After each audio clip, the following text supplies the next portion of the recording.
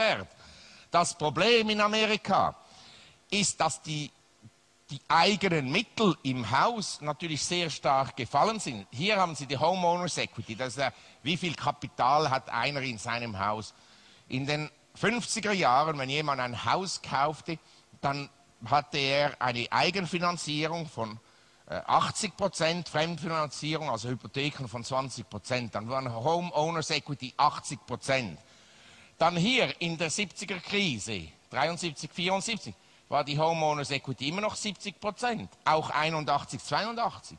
Aber dann ermutigt durch die expansive Geldpolitik und durch Reden vom Herrn Greenspan, haben die Leute zusätzliche Kredite aufgenommen und ihre Häuser refinanziert und so weiter. Und dann ist die Homeowners Equity da unten jetzt bei 43%.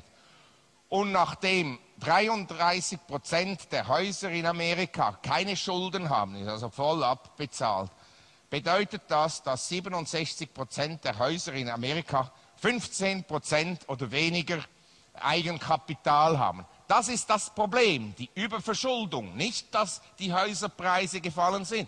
Die Häuserpreise sind in Amerika so um rund 30–40% gefallen. Nach 97 ist in Hongkong, sind die Häuserpreise in Hongkong um 70% gefallen. Niemand ist pleite gegangen, auch keine Immobiliengesellschaften, weil in Hongkong hat es einen geringen Verschuldungsgrad. Überhaupt in Asien haben wir einen geringen Verschuldungsgrad. In Hongkong die größten Immobiliengesellschaften sind übrigens die größten der Welt in Bezug auf Bewertung.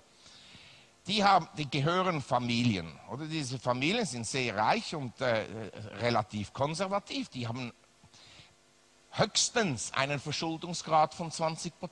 80% ist Eigenkapital. Ich kenne viele Freunde von mir in Asien, das sind wohlhabende Familien.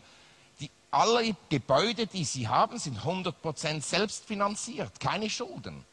Wenn Sie keine Schulden haben und die Preise fallen, ist das kein Problem. Aber wenn das System überverschuldet ist, das ist das Problem. Aber das lesen Sie eben nie in Amerika.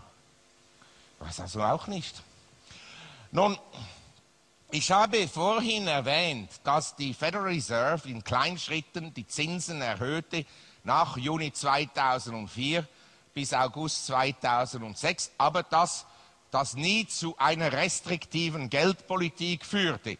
Und der Grund, weshalb es nicht zu einer restriktiven Geldpolitik kam, oder ein Symptom davon, ist natürlich, dass das Kreditwachstum sich beschleunigte. Sie sehen hier, im Juni 2004 Quartal wuchsen die Kredite mit einer jährlichen Zuwachsrate von 7%. Und dann beschleunigte sich die Zuwachsrate auf 18% jährlich Ende 2006. Aber wiederum, die Federal Reserve hat das nicht gesehen. Und dann hat sich im Jahre 2007, Anfangs 2007, das Kreditwachstum ist eben da, hat sich beschleunigt. Anfangs 2007 hat sich etwas verlangsamt. Und dann, als die Zinssatzkürzungen kamen, Ende September 2007, hat sich nochmals etwas beschleunigt. Und meiner Ansicht nach hätte die Federal Reserve nicht so aggressiv die Zinsen gekürzt nach 2007, dann wäre Wall Street, hätte das Deleveraging schon früher begonnen. Aber das war wieder ein Signal an Wall Street, ja, es können noch mehr Geld aufnehmen. Und dann passierten dann die Unfälle bei Lehman und Bear Stearns und so weiter. Aber was Sie sehen hier, ist, das sind die Privatkredite, also Haushalte und Unternehmungen. Die sind jetzt natürlich ganz gewaltig geschrumpft auf weniger, also sie fallen im Moment, der Privatsektor.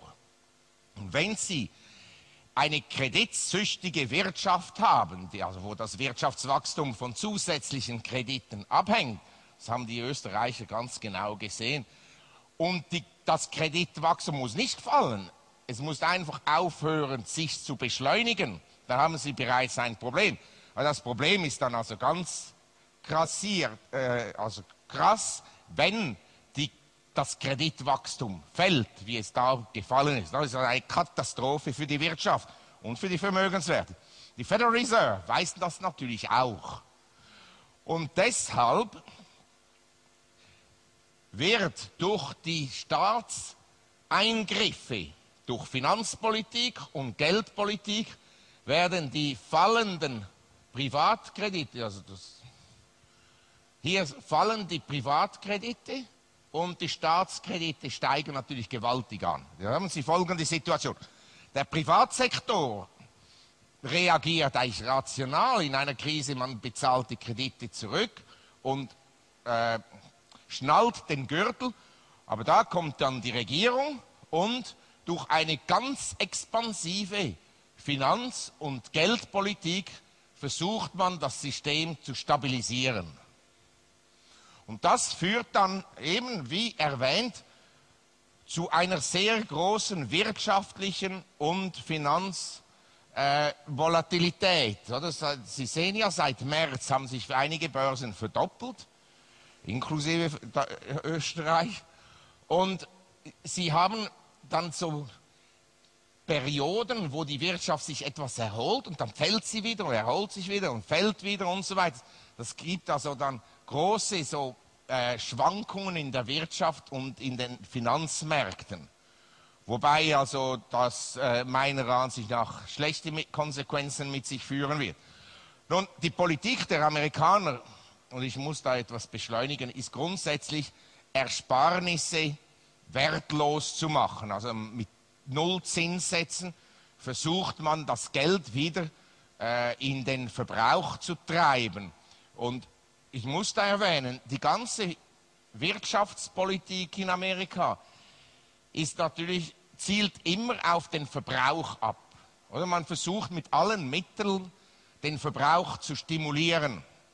Und das ist natürlich eine schlechte Wirtschaftspolitik, denn Sie müssen also kein Ökonom sein, zu merken, dass wenn Sie einen Staat haben oder einen Haushalt, der spart und investiert, Kapitalinvestitionen macht, die natürlich nicht nur in der Infrastruktur sein müssen und im Bau von neuen Fabriken und dem Kauf von Maschinen, sondern Investitionen können auch in Ausbildung sein und in Research and Development und so weiter, dass dieser Staat natürlich durch das Investieren langfristig reicher wird als der Staat, der eben alles verbraucht und mehr als alles verbraucht, sondern Geld aufnimmt zum Verbrauchen, wie die Amerikaner.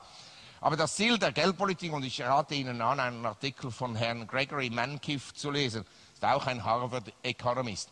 Also, ja, er ist nicht lesenswert, aber ist interessant, weil er will eigentlich so die Leute enteignen und sie zwingen, Geld auszugeben.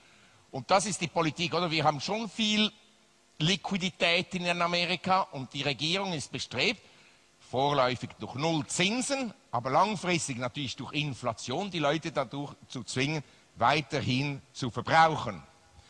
Und das Ziel ist es natürlich, die Börse wieder in die Höhe zu bringen und auch die Immobilienpreise. Wobei, oder die Börse ist einfach nicht besonders billig. Wir sind da als Prozent des Bruttosozialproduktes, die Börsenkapitalisierung, ist also immer noch höher als im Jahre 1966 und ungefähr so hoch wie im Jahre 1929. Also billig ist es nicht. Aber wenn man Geld druckt, kann man einiges erreichen. Nun, es ist wichtig zu verstehen, was in Amerika passiert ist. Durch die steigenden Kredite nach 1999 insbesondere, stiegen dann die Vermögenswerte, insbesondere die Häuserpreise, und das hat zu einem Refinanzierungsboom geführt, also wo die Leute eigentlich größere Hypotheken auf ihren Häusern erhalten konnten, also die alten Hypotheken durch neue Hypotheken zu tieferen Zinsen, aber mit größerer Menge zu refinanzieren. Und das hat den Amerikanern erlaubt zu konsumieren. Und es ist zu einem Überkonsum gekommen, der natürlich erkennbar ist, dieser Überkonsum am wachsenden Handels- und Leistungsbilanzdefizit. Also Sie sehen hier, das Handelsbilanzdefizit bestand bereits vor 1998, aber nachher ist es sehr stark gestiegen. Und das hat dann zu dem wachsenden Leistungsbilanzdefizit geführt, das von 150 Milliarden